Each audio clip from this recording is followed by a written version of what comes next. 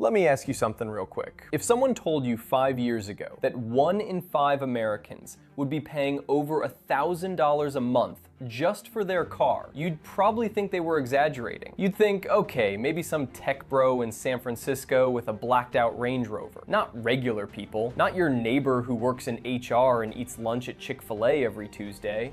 But here we are. By the end of 2025, over 20% of all financed new car purchases in America came with a monthly payment of $1,000 or more. That's a record high. And it's not slowing down. That's 1 in 5 people. And the rest aren't exactly cruising either. The average new car payment right now is $767 a month. $767 every single month just to have a car in the driveway. And I want to talk about how we actually got here, because this didn't just happen overnight. This is the result of a very specific sequence of bad decisions, bad timing, and honestly, a system that was designed to get you to stop thinking about the total cost and just focus on one number, the monthly payment. So let's start at the beginning. Cars got expensive, I know, groundbreaking, but not expensive in a it went up 10% kind of way. The average price of a new car hit $50,326 in December 2025, a record high. $50,000! That's not an F-150 with every option.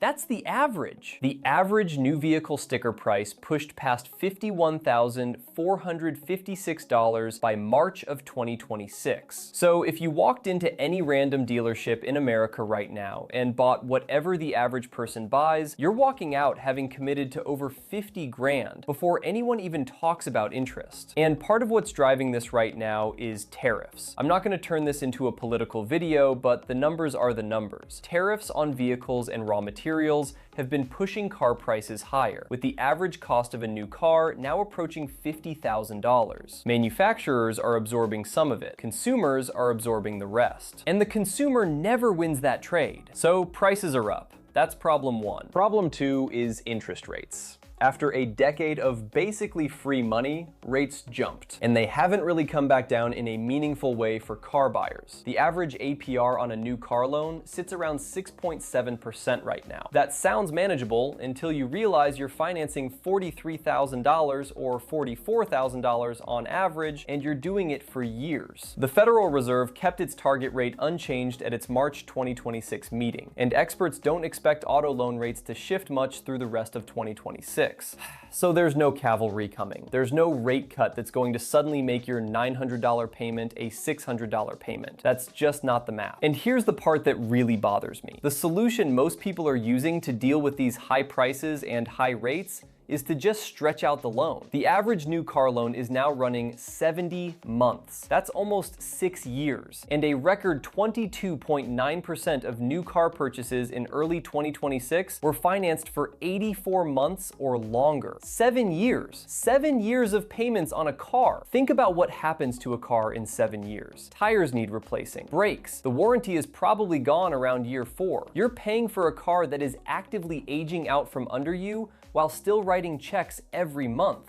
But people are doing it because it's the only way to make the number feel small enough. A $50,000 car at 6.7% over 84 months starts to look like a manageable monthly payment. The problem is you are paying a completely different, much larger number in reality. You just can't see it because it's buried in time. Monthly auto loan payments have increased nearly 40% since 2018. The average is now $680 across all borrowers, up from $506 just 7 years ago. And that $680 is the average, including used cars, shorter terms, better credit. The people buying new are paying considerably more. Now let me tell you about the part of this story that nobody talks about enough. What happens when you stretch a loan out that long and the car loses value faster than you're paying it down? The fancy term is negative equity, or being underwater, or my personal favorite, the industry term, upside down, which is a very cheerful way to describe owing more money on something than it's currently worth. In the first quarter of 2026,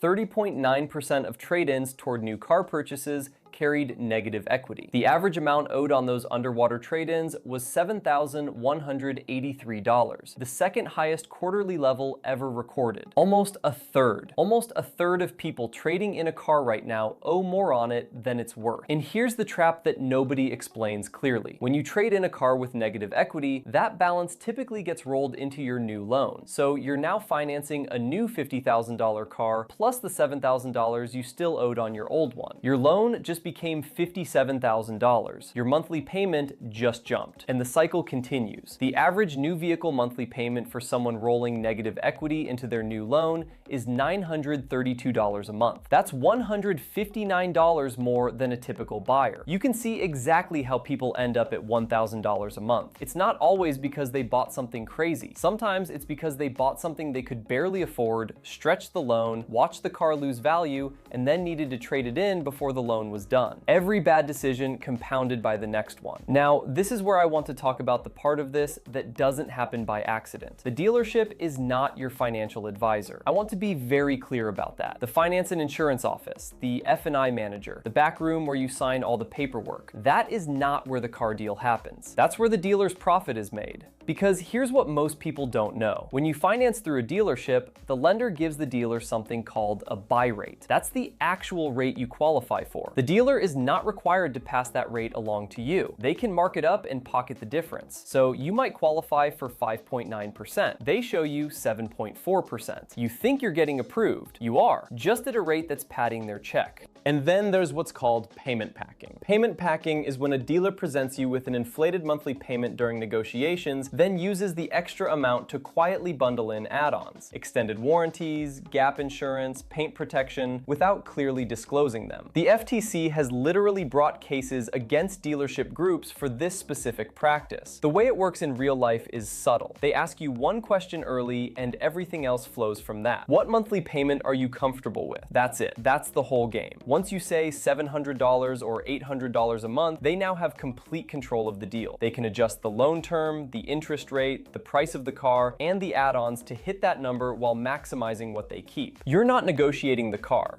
You're negotiating one variable while they move everything else freely. The correct move is to never negotiate monthly payments at all. Focus on the out-the-door price. That's the only number that matters. So where does all of this leave us as a country? 86 million Americans are currently carrying $1.68 trillion in auto loan debt. That's the highest level ever recorded. Auto loans are now the second largest category of consumer debt in America, behind only mortgages. Total auto debt has officially surpassed student loans. We beat student loans with cars, depreciating assets that lose value the second you drive them off the lot. And the people who are most exposed to this aren't the people buying Porsche Cayennes. The average interest rate for auto loans is nearly 10% overall, and borrowers with the lowest credit scores face APRs of over 21%. A 21.6% APR on a $25,000 used car adds over $15,000 in interest over the life of the loan. You're paying $40,000 for a used car that was listed for $25,000, and you probably couldn't afford it at $25,000 to begin with. Cox Automotive data shows that 43% of all new cars sold in 2025 were bought by families with household incomes of $150,000 or more. In 2019, that number was only 33%. That's the real story. New cars are becoming a luxury product while being priced and sold like a necessity. The middle of the market is hollowing out. And for everyone who can't quite afford it but buys anyway, the math just slowly turns against them. Here's my honest take on all of this. The $1,000 car payment isn't normal in the sense that it's smart or sustainable. It's normal in the sense that the system has been very carefully arranged to make it feel like the only option. Long loan terms make the payment feel manageable. Dealer financing hides the real rate. Payment packing adds costs you didn't agree to. And the social pressure to drive something that looks good does the rest of the work. The math on a $50,000 car at 6.7% over 84 months isn't wealth building. It's not even neutral. It's a slow drain on every other financial goal you have. That's $1,000 a month that isn't going to a down payment on a house or an investment account or an emergency fund every month for 7 years. And I'm not saying never buy a car. You need transportation. Life is real. But the moment you start building your financial life around a monthly payment on something that loses value every single day, you have accepted a deal that only works for one side of the transaction. And it's not yours.